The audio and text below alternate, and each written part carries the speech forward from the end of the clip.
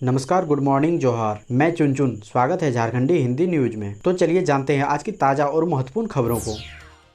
आज की पहली और बड़ी खबर की बात करें तो छूट मिलते ही लापरवाह हुए लोग, न चेहरे पर मास्क न ही सोशल डिस्टेंसिंग का पालन। राज्य सरकार द्वारा स्वास्थ्य सुरक्षा सप्ताह अनलॉक 5 में कई तरह की छूट दी गई है। दुकानों को सुबह 6 बजे से शाम 8 बजे तक खोलने की अनुमति दी गई है। बस सेवा भी शुरू करने की भी अनुमति दी गई है। सरकार की घोषणा से इस क्षेत्र से जुड़े लोग काफी राहत महसूस कर रहे हैं। सरकार की छूट देने की घोषणा के बाद गुरुवार को बाजार में भीड़ रही। कई लोग लापरवाही करते दिखे। इनके चेहरे पर न तो मास्क था और न ही सोशल डिस्टेंसिंग का पालन कर रहे थे। वहीं दूसरी ओर शिक्षण संस्थान के नहीं खुलने से संचालक व शिक्षकों में नाराजगी है। अगली बड़ी खबर की बात करें तो जैक ने तय किया 10वीं 12वीं के छात्रों को पास करने का फॉर्मूला। जानिए कैसे मिलेगा प्रमोशन। झारखंड एकेडमिक काउंसिल के मैट्रिक और इंटरमीडिएट के 7.5 लाख छात्रों का रिजल्ट तैयार करने का फॉर्मूला तैयार हो चुका है। शिक्षा अधिकारियों और विशेषज्ञों से विचार विमर्श के बाद नियम पर सहमति बनी है। जैक बोर्ड इस बार 80:20 के फॉर्मूले पर रिजल्ट तैयार करेगा। झारखंड के छात्रों के परीक्षा फल जारी करने को लेकर जैक बोर्ड ने इस बार 80:20 का फॉर्मूला तैयार किया है। यानी मैट्रिक के रिजल्ट के लिए 9वीं में मिले अंक से 80% लिए जाएंगे। वहीं 20% अंक आंतरिक मूल्यांकन या प्रैक्टिकल में मिले नंबर से लिया जाएगा। इसी तरह इंटरमीडिएट के तीनों स्क्रीन के रिजल्ट के लिए एक 11वीं से मिले 80% अंक और प्रैक्टिकल या आंतरिक मूल्यांकन से 20% अंक दिए जाएंगे। मामले की जानकारी देते हुए जिला शिक्षा पदाधिकारी ने बताया कि रिजल्ट तैयार करने के लिए स्कूल स्तर पर 4 सदस्यीय कमेटी बनाई जा चुकी है, जो 20% अंक के लिए मूल्यांकन करेंगे। अगली बड़ी खबर की बात करें तो झारखंड में अनलॉक 5 में भी धार्मिक स्थलों पर श्रद्धालुओं के लिए प्रवेश पर है पाबंदी। मंदिर के पुजारियों व श्रद्धालुओं ने सरकार से की ये अपील। झारखंड सरकार द्वारा अनलॉक 5 में भी मंदिरों को खोलने की छूट नहीं दिए जाने से चतरा के इटखोरी स्थित मां भद्रकाली मंदिर के पुजारी व श्रद्धालु निराश हैं। लोगों का कहना है कि सरकार आस्था से खिलवाड़ कर रही है। पूजा अर्चना से ही विपदा व संकट मिटता है। देवी देवताओं के द्वार को बंद कर आपदा से छुटकारा नहीं मिल सकता है। ऐसे में सरकार को श्रद्धालुओं के लिए मंदिर खोलने पर विचार करना चाहिए। मां भद्रकाली मंदिर के पुजारी अमित तिवारी ने कहा कि सरकार को अपने फैसले पर विचार करना चाहिए। मंदिर में भक्तों को पूजा की अनुमति देनी चाहिए। नियम के तहत पूजा की व्यवस्था करें। मंदिर नहीं खुलने से पुजारी व श्रद्धालु दोनों मायूस हैं। भगवान के द्वार को बंद रखना अनुचित है। अगली बड़ी खबर की बात करें तो जम्मू और गुजरात की बंद ट्रेन जल्द लौटने वाली है पटरी पर। देवघर रांची इंटरसिटी भी चलेगी। जम्मू और गुजरात की बंद ट्रेनें फिर पटरी पर लौटने वाली है। पूर्व रेलवे ने सभी बंद ट्रेनों को फिर से पटरी पर लाने की तैयारी शुरू कर दी है। अगले सप्ताह ट्रेनों को चलाने की घोषणा हो सकती है। 2 दिन पहले ही पूर्व रेल महाप्रबंधन ने सभी मंडल के DRM समेत अन्य अधिकारियों के साथ बैठक कर बंद ट्रेनों को 1 सप्ताह के भीतर चलाने का दिशा निर्देश जारी किया है। GM के निर्देश पर बंद ट्रेनों की लिस्ट तैयार कर रेलवे बोर्ड को भेज दिया गया है। इसमें धनबाद के हिस्से आने वाली 2 ट्रेनों में कोलकाता अहमदाबाद और सियालदह जम्मू तवी हमसफर एक्सप्रेस शामिल है। कोलकाता अहमदाबाद एक्सप्रेस को अप्रैल मई में कुछ दिनों के लिए चलाया गया था। अगली बड़ी खबर की बात करें तो रघुवर दास ने कहा, झारखंड में माफिया और कालाबाजारी चला रहे सरकार। कोरोना महामारी में भी झारखंड सरकार ने भ्रष्टाचार का अवसर तलाश लिया है। यहाँ लूट का माहौल बना दिया गया है। सत्ता के संरक्षण में जल, जंगल और जमीन की लूट हो रही है। गिरिडीह के विधायक भी इससे अछूता नहीं है। राज्य सरकार का एकमात्र उद्देश्य लूटना है। ट्रांसफर पोस्टिंग का खेल चल रहा है। भ्रष्टाचार में CMO संलिप्त है। झारखंड में माफिया और कालाबाजारी सरकार चला रहे हैं। ये बातें पूर्व मुख्यमंत्री सह भाजपा के राष्ट्रीय उपाध्यक्ष रघुवर दास ने कही है। दोस्तों, अभी तक वीडियो को लाइक नहीं किए हैं तो कृपया करके लाइक जरूर करें। अगली बड़ी खबर की बात करें तो अस्पतालों की व्यवस्था दुरुस्त करने को DC ने दिया आदेश। कोरोना काल में प्रतिनियुक्त किए गए दंडाधिकारी हटाए गए। कोरोना वायरस के दौरान अस्पतालों में स्वास्थ्य व्यवस्था की देखरेख के लिए प्रतिनियुक्त दंडाधिकारियों को वहां से विरमित करने का सिलसिला जारी है। शुक्रवार को भी उपायुक्त सह अध्यक्ष धनबाद जिला आपदा प्रबंधन प्राधिकार उमा शंकर सिंह के निर्देश पर जिले में संचालित सरकारी एवं निजी अस्पतालों में स्थिति सुधारने के बाद प्रतिनियुक्त दंडाधिकारी को विरमित किया गया। इस संबंध में उपायुक्त ने बताया कि विगत दिनों में कोविड-19 के मरीजों की संख्या में कमी दर्ज की गई है, जिसके मद्देनजर जिला आपदा प्रबंधन प्राधिकार धनबाद द्वारा तत्काल प्रभाव से जिले के सरकारी एवं निजी अस्पतालों में कोरोना संक्रमित मरीजों के इलाज हेतु बेड की व्यवस्था सुनिश्चित करने एवं उक्त व्यवस्था की सतत निगरानी हेतु प्रतिनियुक्त सभी कर्मियों को विरमित करने का निर्णय लिया गया है।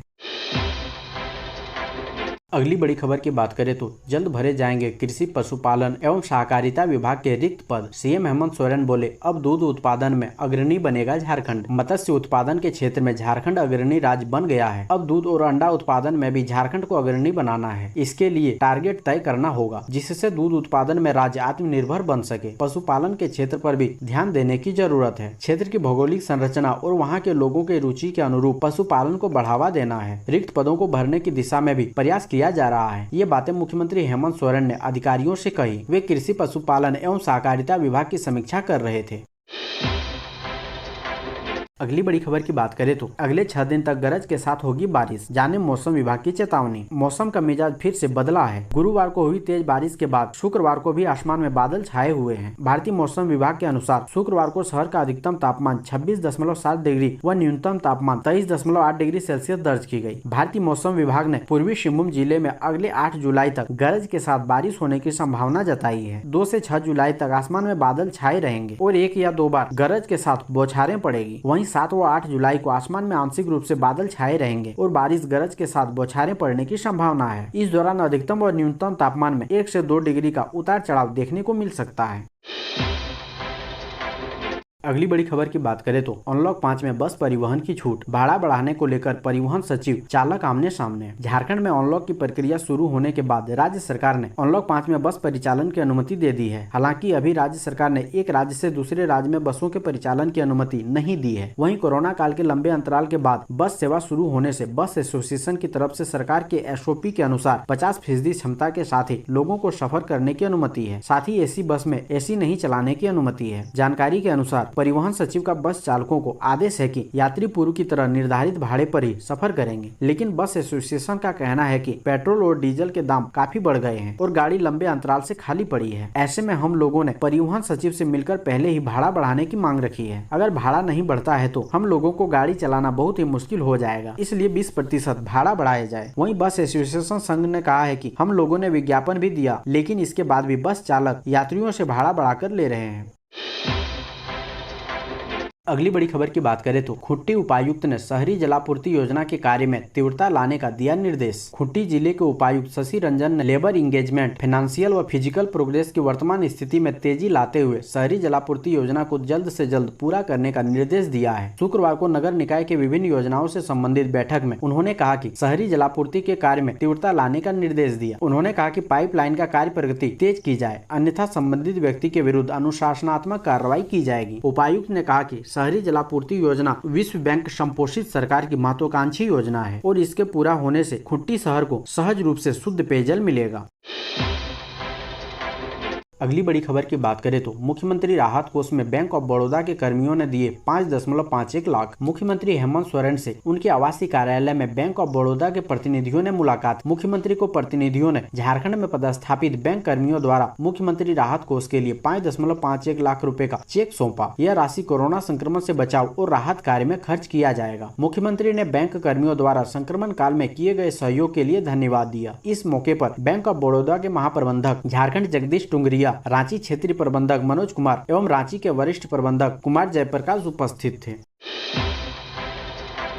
अगली बड़ी खबर की बात करें तो सुरक्षा बलों को मिली पुल में फिट की गई 4 बारूदी सुरंगें। नक्सलियों की बड़ी साजिश नाकाम। झारखंड के गिरिडीह जिले में सुरक्षा बलों को नक्सलियों के खिलाफ बृहस्पतिवार को उस समय बड़ी सफलता मिली जब उसको लक्ष्य कर मधुबन थाना क्षेत्र में एक पुल में फिट की गई 4 शक्तिशाली बारूदी सुरंगें और 10 किलो का एक एन बम को समय रहते पता लगाकर उन्होंने निष्क्रिय कर दिया। पुलिस अधीक्षक अमित रेणु ने बताया कि गुप्त सूचना के आधार पर पुलिस और केंद्रीय रिजर्व बल यानी CRPF ने 4 शक्तिशाली बारूदी सुरंगों को समय रहते बरामद कर निष्क्रिय कर दिया, जिन्हें भाजपा माओवादियों ने सुरक्षा बलों को लक्ष्य कर एक पुल में फिट किया था।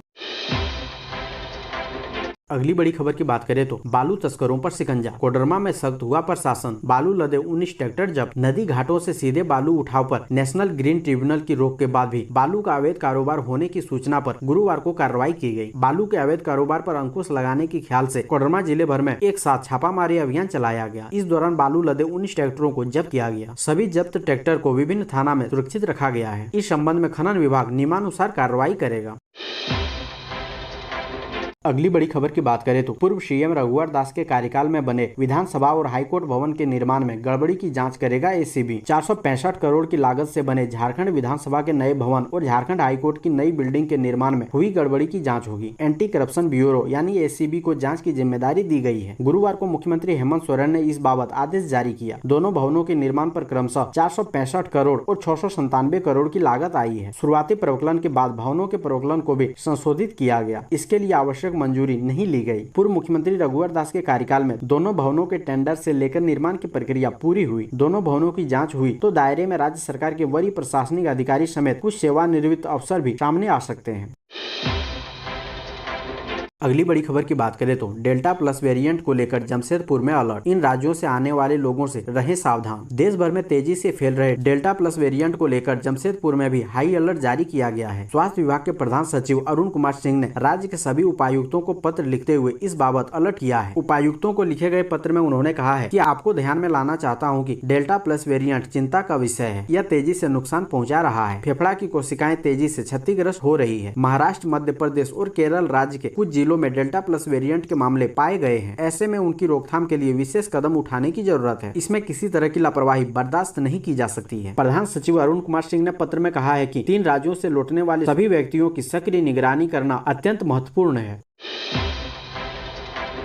अगली बड़ी खबर की बात करें तो रेमडेसिविर कालाबाजारी मामला। एसपी को सरकारी गवाह बनाए जाने पर झारखंड हाईकोर्ट ने जताई नाराजगी। झारखंड हाईकोर्ट के chief justice doctor Ravi Ranjan और जस्टिस एसएन प्रसाद की खंडपीठ में रेमडेसिविर कालाबाजारी मामले में सुनवाई हुई। सुनवाई के दौरान अदालत ने इस बात को लेकर नाराजगी जताई कि इस मामले में रांची के ग्रामीण एसपी नौशाद आलम को सरकारी गवाह बनाने से पहले कोर्ट को क्यों नहीं बताया गया। अदालत ने कहा कि जब इस मामले की मॉनिटरिंग हाईकोर्ट स्वयं कर रहा है तो चार्जशीट फाइल करने से पहले एसआईटी को इसकी जानकारी कोर्ट को देनी चाहिए। ऐसे ही महत्वपूर्ण खबरों को जानने के लिए हमारे चैनल को सब्सक्राइब जरूर करें। अब हमें दीजिए इजाजत, मिलते हैं अन्य महत्वपूर्ण खबरों के साथ। धन्यवाद।